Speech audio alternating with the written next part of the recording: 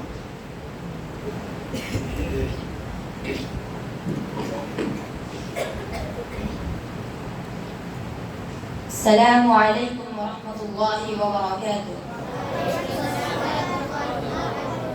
الحمد للہ رب العالمین والصلاة والسلام على رسوله الكريم أما بعد.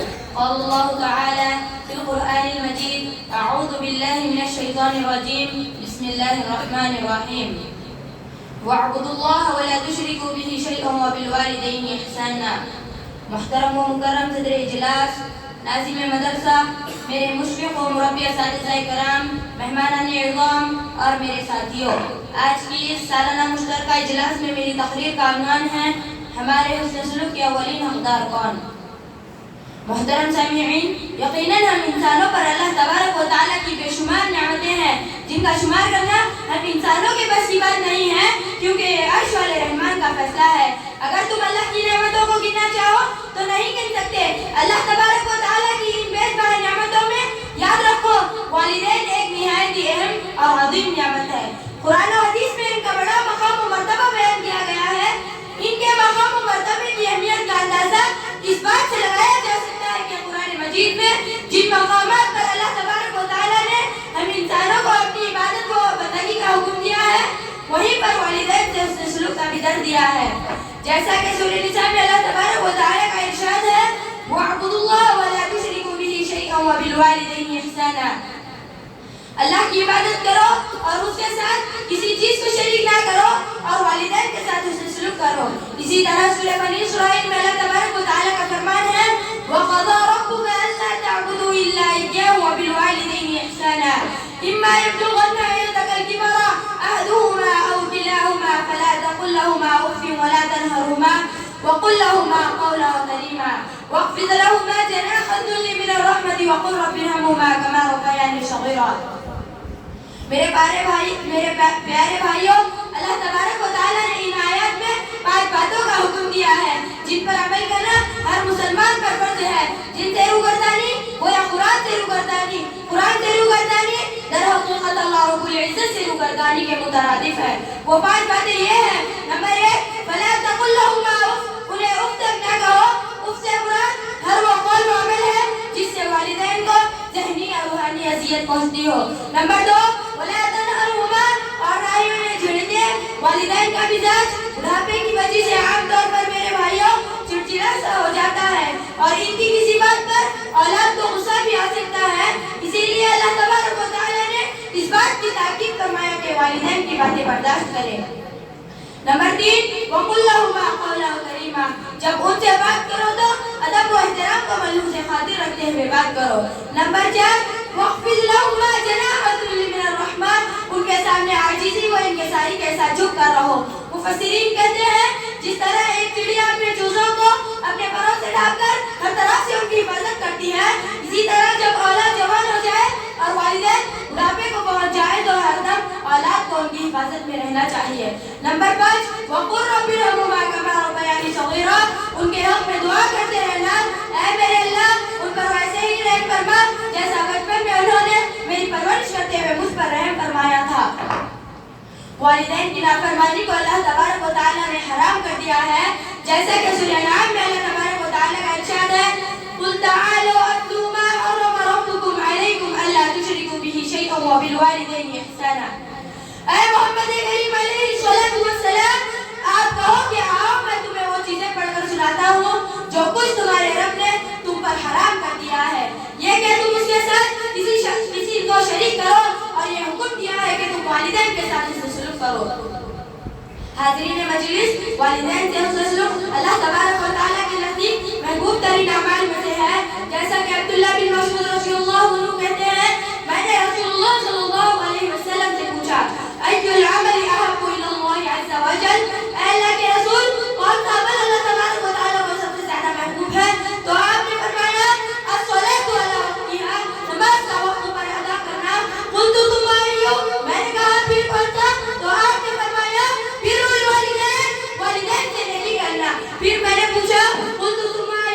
پھر پہنچا تو آپ نے فرمایا الجہاد فی سبیل اللہ، اللہ کے راستے میں جہاد کرنا۔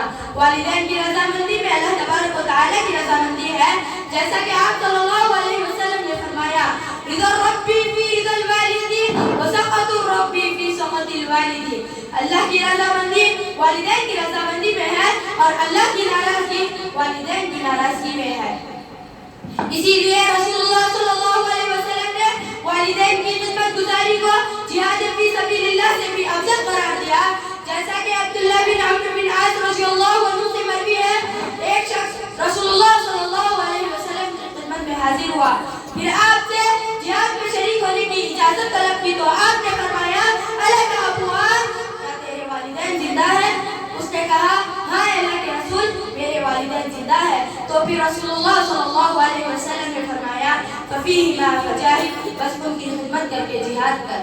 سامعین کرام، ماں باپ کی اطاعت و فرمانبرداری انسان کو اس مقام پر پہنچاتی ہے جس کا وہ تصور بھی نہیں کر سکتا۔ آخر میں اللہ تعالیٰ سے دعا ہے کہ اللہ تعالیٰ ہم تمام کو والدین کے ساتھ حسن سلوک کرنے کی توفیق دے، آمین۔ وآخر دعوانا الحمد للہ رب العالمین، والسلام علیکم ورحمۃ اللہ وبرکاتہ۔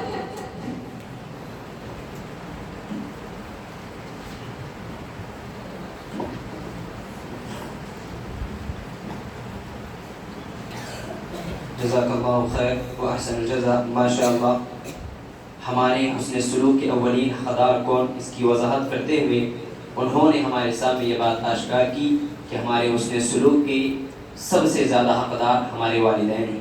کسی نے کہا والدین کی عظمت پر قلم اٹھایا ہے، والدین کی عظمت پر قلم اٹھایا ہے، کیسا پیارا رشتہ یہ رب نے ایک بنایا ہے۔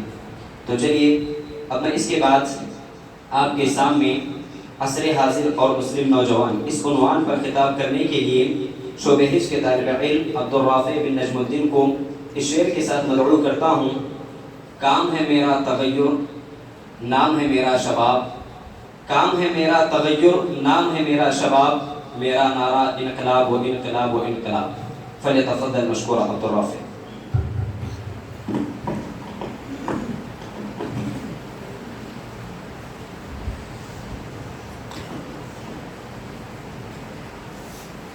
السلام علیکم ورحمۃ اللہ وبرکاتہ۔ الحمد للہ رب العالمین والصلاة والسلام على رسوله الكريم، اما بعد، قال الله تبارك وتعالى في القرآن المجيد والفرقان الحميد: فأعوذ بالله من الشيطان الرجيم، بسم الله الرحمن الرحيم. وراودته التي هو في بيتها عن نفسه وغلقت الأبواب وقالت هيت لك قال معاذ الله انه ربي احسن مثواي۔ محترم صدر اجلاس، اساتذہ اکرام، مہمانان اعزام اور میرے عزیز ساتھیوں، آج کے اس سالانہ مشترکہ اجلاس میں میری تقریر کا عنوان ہے عصر حاضر اور مسلم نوجوان۔ اس میں کوئی شک نہیں کہ کسی بھی قوم کے نوجوان اس کے لیے ریڑھ کی ہڈی کی حیثیت رکھتے ہیں۔ یہی وہ افراد ہیں جو معاشرے کو صحیح یا غلط رخ عطا کرتے ہیں۔ اگر یہ نسل راہ راست اختیار کر لے تو اپنے فولادی عزائم کے ساتھ معاشرے کو بدلنے پر قادر ہوگی، لیکن اگر یہ صحیح راہ سے بھٹک جائے یا اپنا نصب العین فراموش کر بیٹھے تو اس قوم کا وجود بھی سرزمین سے مٹ جائے گا، یا اگر وجود رہے گا بھی محض ایک زندہ لاش کی صورت میں کہ جس کا نہ تو کوئی پریشان حال ہوگا اور نہ ہی اس کے زخموں کا مداوع کرنے والا۔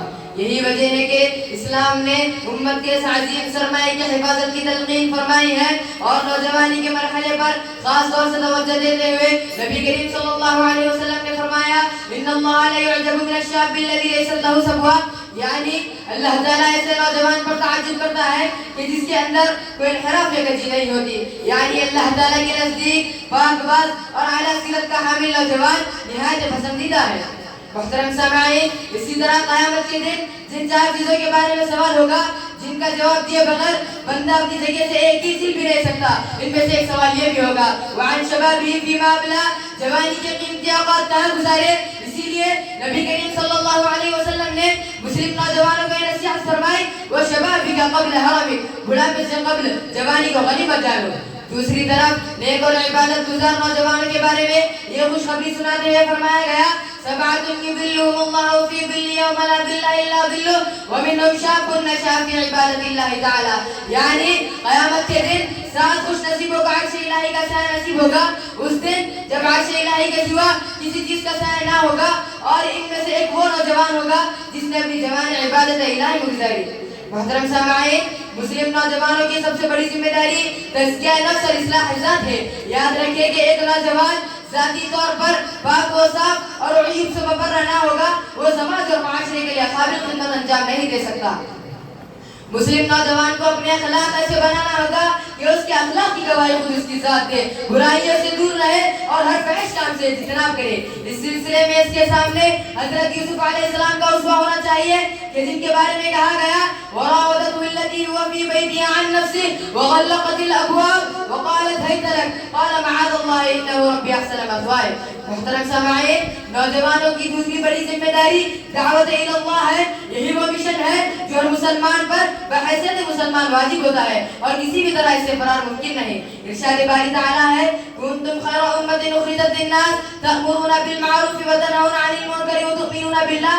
اور نبی کریم صلی اللہ علیہ وسلم کا فرمان ہے تم میں سے جو بھی کسی منکر عمل کو دیکھے تو اسے ہاتھ سے روکے, اگر اس کی طاقت نہ ہو تو اپنی زبان سے روکے, اگر اس کی بھی طاقت نہ ہو تو دل میں برا جانے. چنانچہ امت مسلمہ کے غیور نوجوانوں کو اس ذمہ داری کا احساس پیدا کرنا ہوگا کہ ان کا اصل مقصد روئے زمین کو شرک و بدعت پرستی کے علائشوں سے پاک کرنا ہے, 4 جہاں کے عالم میں اسلام کا کلمہ بلند کرنا ہے, شرعی تعلیمات سے پوری دنیا کو منور کرنا ہے.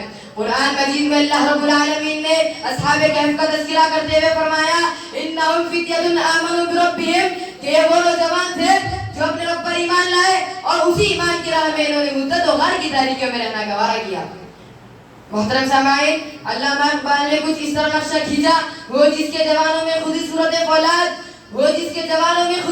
فولاد اس قوم کو شمشیر کی حاجت نہیں رہتی. جوانوں ذرا اپنے اسلاف کے کارناموں پر نظر ڈالے اور ان کی خدمات کا جائزہ لے کہ کس طرح سے انہوں نے جوانی اور عین شباب کے عالم میں ایسی کاوشیں پیش کی کہ آج ان کا نام تاریخ عالم میں ثبت ہو گیا ہے. محمد بن قاسم نے ہندوستان اس وقت فتح کیا جب ان کی عمر 23 سال کے قریب تھی. قتیبہ بن مسلم نے نوجوانی کے دور ہی میں چین میں اسلام کا پرچم لہرایا. امام بخاری ابھی بچے ہی تھے کہ انہوں نے 70,000 حدیثیں حفظ کر لی تھی اور محض 16 سال کی عمر میں 10 کتابوں کی قرأت سے فارغ ہو گئے تھے. امام مالک کے بارے میں پڑھے کہ جب وہ مسند تدریس پر جلوہ افروز ہوئے تو ان کی عمر محض 21 سال تھی. امام شافعی درس کے لیے بیٹھے تو 20 سال سے زیادہ ان کی عمر نہ تھی. امام بخاری نے تاریخ الکبیر لکھنا شروع کیا تو وہ محض 18 سال کے تھے. امام ابن تیمیہ نے کم عمر ہی میں 62 کتابوں کی تعلیم حاصل کر لی تھی. افسوس کہ آج کا مسلمان اپنے ہدف سے دور ہوتا جا رہا ہے, اسے اپنی ذمہ داریوں کا احساس نہیں, وہ اپنا بیشتر وقت لہو و لعب اور فضول کاموں میں ضائع کر رہا ہے. انٹرنیٹ, موبائل, ٹی وی میں اپنی تمام تر صلاحیتیں بربادی کر رہا ہے. جن ہاتھوں میں قلم ہونا چاہیے تھا وہ انگلیاں اب کاغذوں پر چلنے کے بجائے موبائل کی اسکرینیں میں ہوا وقت رہتی ہیں. کل تک جن آنکھوں کو کتابوں کی مطالعے سے سکون ملتا تھا آج ہی ان کا ایک لمحہ سوشل میڈیا کے بغیر نہیں کرتا. تو پھر کیوں کر کوئی آج ابن تیمیہ, ابن قیم, شاہ ولی اللہ, سید نذیر حسین, ثناء اللہ امرتسری, صفی الرحمن مبارک پوری اور ناصر الدین البانی جیسا ہماری صفوں میں پیدا ہو سکتا ہے. آج باطل طاقتیں اس حقیقت سے واقف ہو گئی کہ مسلمانوں کو زیر کرنا ہے تو ان کے نوجوانوں کو نشانہ بنانا ہوگا, ان کی صلاحیتیں بربادی کرنی ہوگی. چنانچہ مسلم نوجوان بھی ان کی دامے پر گرفتار ہو گیا ہے. انہی باتوں پر میں اپنی بات کو ختم کرتے ہوئے اللہ تعالیٰ سے دعا کرتا ہوں کہ اللہ تعالیٰ تمام نوجوانوں کو دین کا نتیجہ اور فرما بردار بنائے. آمین. والسلام علیکم ورحمۃ اللہ وبرکاتہ.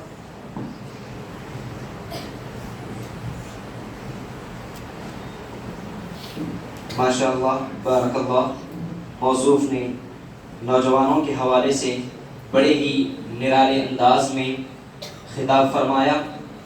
اللہ رب العالمین سے دعا ہے کہ اللہ رب العالمین آپ کی زبان میں تاثیر عطا فرمائے. سامعین, اب میں اس کے بعد عربی دوم کے مقرر کو بلانے سے قبل تمام مشارکین کو اس بات کی خوشخبری دیتا ہوں کہ آپ کے حق میں کسی صاحب خیر نے 50 روپے کا انعام عطا کیا ہے. لہذا ہم اللہ رب العالمین سے دعا کرتے ہیں کہ اللہ رب العالمین آپ کے دینے کو قبول فرمائے. آمین. جزاک اللہ خیر. تو آئیے اس کے بعد میں محمد محبوب بن شیخ یوسف کو اس شعر کے ساتھ دعوت دیتا ہوں، اللہ عز و جل کا پیغام زمانے کو سنا دو، اللہ عز و جل کا پیغام زمانے کو سنا دو، غفلت میں پڑے ہوئے ہیں جو ان کو جگا دو۔ اسی کے ساتھ اے مسلمانوں، غفلت میں کب تک، اس عنوان پر رب گشائی کرنے کے لیے آپ تشریف لائیں اور اپنی تقریر پیش کریں۔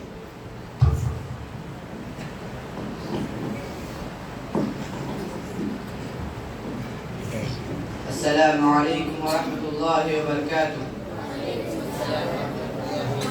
الحمد للہ رب العالمین والصلاة والسلام على رسوله الكريم، اما بعد فاعوذ باللہ من الشیطان الرجیم، بسم اللہ الرحمن الرحیم، واعتصموا بحبل اللہ جميعا ولا تفرقوا۔ محترم صدر اجلاس، ناظم مدرسہ، میرے مشرق مربی اساتذہ اکرام، مہمانان اعزاز اور میرے عزیز ساتھیوں، آج کے سالانہ مشترکہ اجلاس میں میری تقریر کا عنوان ہے اے مسلمانوں، خواب غفلت میں کب تک۔ محترم سامعین، آج دنیا اسلام ہر طوفان بلا خیز کا لیلا ہے جو اسے بہا لے جانا چاہتا ہے۔ میری مراد اس سے جدید و تمدن و معاشرہ ہے جس نے سیرت و کردار کو خراب کر دیا ہے اور لوگوں کو منکرات محرمات میں مبتلا کر دیا ہے۔ ایسے میں حق پرستوں نے اللہ کے کلمے کو بلند کرنا چاہا تو باطل پرستوں نے حق پرستوں کے خلاف محاذ آرائی کی، کبھی ان کے مسجدوں کو منہدم کیا گیا، کبھی ان کے مدارس مقفل کر دیے گئے، نیز اسلام اور اہل اسلام کو زبردستی سے مٹانے کی ناپاک کوششیں کی گئی۔ کیا ہم نے کبھی سوچا، کیا ہم نے کبھی عقل استعمال کی کہ صرف ہماری زبانوں پر کیوں انگلی اٹھائی جاتی ہے، صرف ہماری عزت سے کھلواڑ کیوں کیا جاتا ہے، صرف ہمارے ہی دین پر حملہ کیوں کیا جاتا ہے، صرف ہماری ماں بہنوں کی عزت کو پامال کیوں کیا جاتا ہے، صرف ہمیں زبردستی سے دین کو نابود کرنے کی ناپاک کوششیں کیوں کی جاتی ہے، صرف ہماری عزت و وقار کے لحاظوں کے دل کیوں سنگ ہو جاتے ہیں۔ محترم سامعین اور مسلمانوں، آئیے ہم آپ کو اس کا جواب دیتے ہیں کہ آج ہم اللہ سے بغاوت کرنے والے بے عمل ہو گئے ہیں۔ اللہ کے اس فرمان کو وَأَنْتُمُ الْأَعْلَوْنَ إِن كُنتُم مُؤْمِنِينَ کے مصداق نہیں ہے۔ اللہ کے رسول صلی اللہ علیہ وسلم نے فرمایا تَرَكْتُ فِيكُمْ أَمْرَيْنِ لَن تَضِلُّوا مَا تَمَسَّكْتُم بِهِمَا كِتَابَ اللَّهِ وَسُنَّتِي، اس کو بھی ہم نے بالا اطلاق رکھ دیا ہے۔ محترم سامعین اکرام، تاریخ شاہد ہے جب تک ہم نے اللہ اور اس کے رسول صلی اللہ علیہ وسلم سے محبت کی، اللہ اور اس کے رسول صلی اللہ علیہ وسلم کے ساتھ اطاعت کرتے رہے تو دنیا ہمارے قدموں میں گرتی رہی، کامیابی ختم ہوتی رہی، لیکن آج ہم نے اپنے اصل جڑ توحید کو چھوڑ دیا۔ جو چیز اپنے اصل جڑ کو چھوڑ دیتی ہے وہ بلندی کی طرف نہیں بلکہ پستی کی طرف جاتی ہے۔ محترم سامعین اکرام، آج ہمارے اوپر مصیبتیں آتی ہیں، ہمیں مارا اور کاٹا جا رہا ہے، طرح طرح سے ستایا جا رہا ہے، ہم دعائیں کرتے ہیں لیکن ہماری دعائیں قبول نہیں ہوتی۔ آخر کیا بات ہے، ذرا سوچئے، اللہ نے آدم علیہ السلام کو ایک غلطی کی وجہ سے جنت سے نکال دیا اور آج ہم گناہ پر گناہ کیے جا رہے ہیں، تو بتاؤ ہماری دعائیں کیسے قبول ہوگی؟ اللہ تعالیٰ نے فرمایا وَاعْتَصِمُوا بِحَبْلِ اللَّهِ جَمِيعًا وَلَا تَفَرَّقُوا، اور دوسری جگہ فرمایا وَأَطِيعُوا اللَّهَ وَرَسُولَهُ وَلَا تَنَازَعُوا فَتَفْشَلُوا وَتَذْهَبَ رِيحُكُمْ۔ ہم نے ان آیتوں پر بھی عمل نہیں کیا۔ محترم سامعین، شاعر نے کیا یہ خوب کہا ہے، بستر سے اٹھ کر مسجد تک نہ جا سکے اقبال، بستر سے اٹھ کر مسجد تک نہ جا سکے اقبال، خواہش کرتے ہیں کہ قبر سے اٹھ کر جنت جانے کی۔ محترم سامعین اکرام، آج دنیا ایک مسلمان دوسرے مسلمان کا دشمن بنا ہوا ہے، معاملے سی بات پر سلام و کلام چھوڑ دینے کو باعث سے فقط ہو جاتا ہے۔ اے مسلم نوجوانوں، ہوش میں آ جاؤ، کب تک خواب خرگوش میں پڑے نیند کے مزے لیتے رہو گے، کب تک اپنی قوم کو فرقہ پرستی کے آگ میں چلتے ہوئے دیکھ کر تماشائی بنے رہو گے۔ ہوش میں آ جاؤ، کب اس کے کمر اللہ تعالیٰ کا عذاب نازل ہو جائے۔ اٹھو، باطل کے طاغوتی قوتوں کے تباہ و برباد کر دو اور ان تک یہ پیغام پہنچا دو کہ ہم عمر بن خطاب رضی اللہ عنہ کی جماعت میں سے ہیں جس کے خواب سے بڑے بڑے جابر حکمرانوں کے ایوانوں میں زلزلہ پر پہنچ جاتا تھا۔ ہم اس تعلیمی انسیات کی ملت ہے جن نے گھوڑوں کی ٹانگوں کے ذریعے سرزمین اندلس کو کچل ڈالا تھا۔ مسلمانوں، وہ کون سی طاقت تھی جس کے بلبوتے پر انہوں نے دنیا کو اپنا لیا؟ مسلمانوں، وہ ایمان کی طاقت تھی۔ لہٰذا مسلمانوں سے ضرورت اس بات کی ہے کہ اپنے اوپر سے غفلت کی چادر کو اتار پھینکو، خواب خرگوش کے مراٹوں کو خیر بات کہہ کر میدان عمل میں کود پڑو، کتاب و سنت کو اپنا لو، کلمہ حق قبول کرنے کا بیڑا اٹھاؤ۔ اللہ تعالیٰ نے تمہارے لیے ان کو کی شرط رکھی ہے۔ ہمیں متحد ہونے کی ضرورت ہے، ان کافروں کے سامنے شیشہ پلاوی دیوار بن جائے اور ان تک یہ پیغام پہنچا دو کہ دنیا کی ساری باطل طاقتیں بھی ہمارے خلاف متحد ہو جائے، تمہارا بال باقا نہیں کر سکتے۔ آخر میں اللہ رب العالمین سے دعا ہے کہ اللہ رب العالمین ہم تمام کو پھر تیری عبادت کرنے کی توفیق عطا فرمائے، آمین۔ والسلام علیکم ورحمۃ اللہ وبرکاتہ۔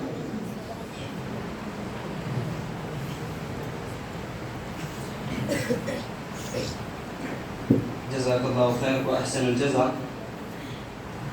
عبد الرافع بن نجم الدین کی تقریر سن کر